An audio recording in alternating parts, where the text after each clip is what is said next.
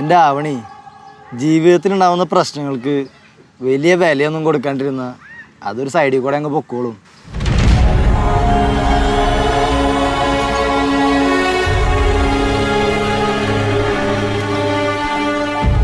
എടാ, അങ്ങേർക്ക് വേണ്ടി ഞാൻ ചെലവഴിച്ച സമയങ്ങളൊക്കെ എത്ര വിലപ്പെട്ടതായിരുന്നു എന്ന് ഞാൻ ഇപ്പോഴാ മനസ്സിലാക്കുന്നത്.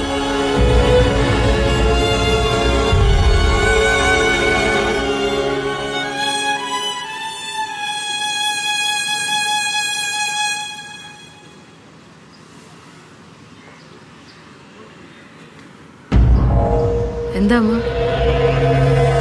അമ്മ, ഞാനിപ്പം മോഹനെ കണ്ടായിരുന്നു. അവനോട് സംസാരിച്ചപ്പോ പേടി തോന്നി മോളെ. അതൊന്നും ഓർത്ത് അമ്മ വിഷമിക്കണ്ട. ഇപ്പൊ എന്ത് ചെയ്യണമെന്ന് അറിയാതെ നടക്കുന്ന സമയം. അപ്പൊ ഇങ്ങനെ പല അടവുകളും കാണിച്ചെന്ന് വരും. അതൊരു അടവായിട്ടൊന്നും എനിക്ക് തോന്നിയില്ല മോളെ.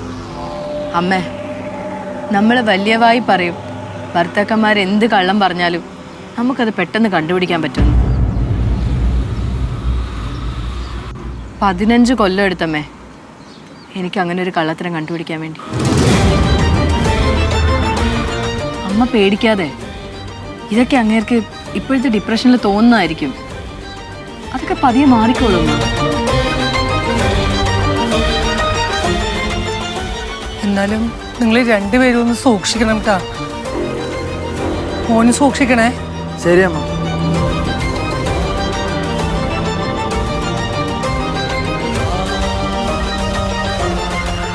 എടി, നീ നേരത്തെ പറഞ്ഞ എൻ്റെ ആഫ്റ്റർ എഫക്റ്റ് ആണത്. കുറച്ച് വിഷമിക്കട്ടെ. ഞാൻ കരഞ്ഞതൊക്കെ വെച്ച് നോക്കുമ്പോൾ ഇതൊന്നുമല്ല. എന്തായാലും അമ്മ പറഞ്ഞ പോലെ ഒന്ന് സൂക്ഷിച്ചോട്ടോ.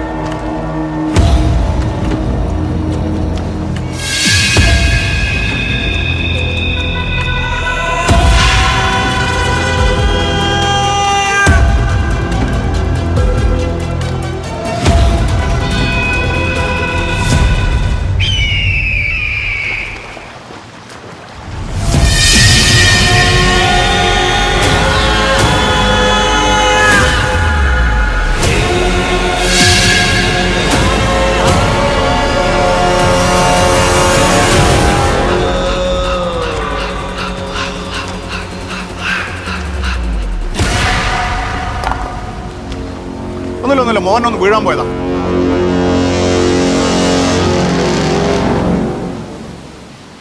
പിടിക്കണ്ടായിരുന്നു. വീഴുന്ന നല്ലത്. ഇവിടെ കയ്യിലിരിപ്പതല്ലേ. അവൻ പറഞ്ഞിട്ട് പോയിട്ടില്ലേ വക്കീലെ?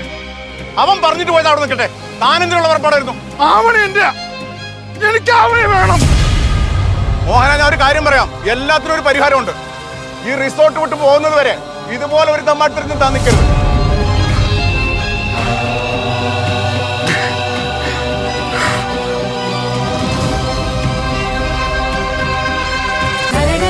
ഫ്ലവേഴ്സ് 9ാം വാർഷിക നിറവിൽ